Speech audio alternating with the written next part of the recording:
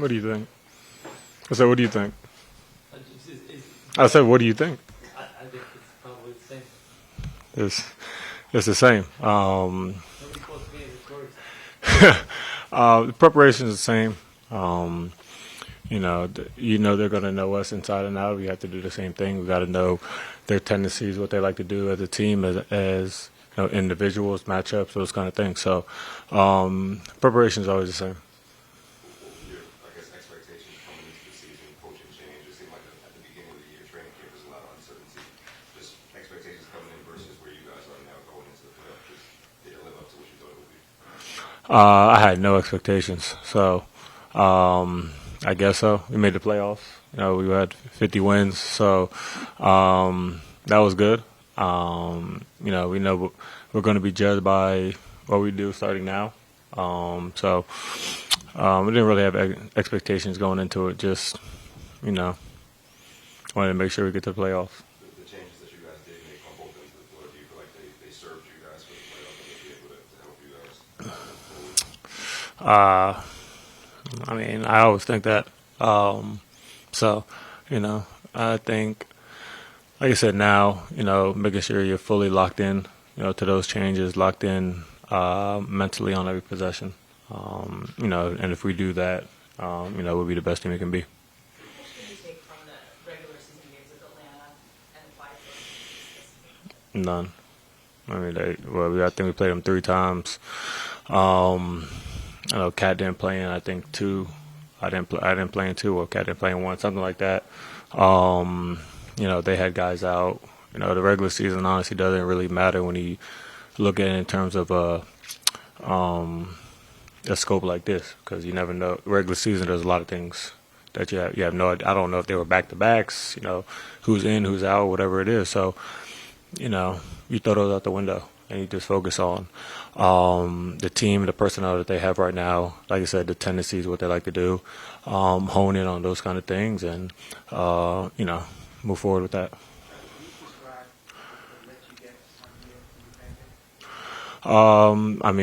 It's that's one of the things where whenever I talk to somebody and they talk to about the energy in the Garden, I'm like, man, the energy is great, in the regular season, but if you're able to get to a playoff game, the energy is unreal. They show up for us every single game. You got fans outside. Weather's good, so it's everyone's outside wanting to have fun, wanting to see the Knicks play. So we need them, obviously, now more than ever, and we want to show them love. The season is so long that I forgot that you started the year on the bench. Can you take me through? You've been in this league now, what is it, 8 years? 9. To go from the different ebbs and flows you've had through your career, but this year to start where you started and finish how you finished, and where this team is, I guess how would you put your season into perspective and just the level of growth you've maybe shown as a player too, start to finish? I think my season was solid. There was ups, there was downs. But I think the thing that I'm most proud of myself on is I feel like I'm doing a better job of moving on to the next plays. If I'm not making shots, what else can I do? To help this team be successful? How can I bring energy? What kind of plays can I make to help guys get in position to be successful? And I think I'm doing that and being able to turn the page on a bad play, bad quarter, bad half a little better than I've able to do before. So, so that's been good. But, season, it was solid. Josh, you guys have been a really strong fourth-quarter team this year, clutch situations as well. Just what do you think is responding to that as a team? I think it shows the ability that we have to lock in and focus and have a good attention to detail. Now we got to make sure, seeing that, you have the capability of doing it, and now you have to make sure you do it for all 48 and not 12 minutes. And if you do it for the first 36, you might not have to do it for the for the last 12. But it shows our ability to lock in and focus, and we have to make sure we do that, during the course of a game. So is that injury new, or is that the same from the beginning of the season? Same finger. Different splint, but same finger. Last question. Jalen as long as you do, as long as Andy was.